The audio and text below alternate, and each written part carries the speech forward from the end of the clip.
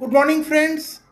আজ 1 সেপ্টেম্বর এবং আজ আমার নতুন ইউটিউব চ্যানেল রিল অ্যান্ড রিদমের যাত্রা শুরু।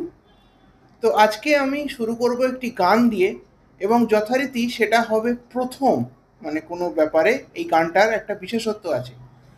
ছবিটার নাম ছিল সুরের আগুন। এটি 1965 সালের ছবি, এবং এটি সঙ্গীত পরিচালক ছিলেন কালীপদ সেন। তাতে একটি গান ছিল, আমি অন্ধকারে থাকি, তুমি আধার রাতে এসো। এই গানটা বাংলা এবং হিন্দি গানের মানে যে মিলবন্ধন বলা হয়, সেই মিলবন্ধনের এটা ছিল প্রথম নিদর্শন। এই গানটার যিনি বাংলা ভার্সনটা গেয়েছিলেন সেটা হচ্ছে আরতি মুখোপাধ্যায় এবং অরুন্ধতী দেবী, এবং এর হিন্দি ভার্সনটা যিনি গেয়েছিলেন তিনি ছিলেন তৎকালীন একজন বিখ্যাত শাস্ত্রীয় সঙ্গীত শিল্পী, পণ্ডিত এটি কানন।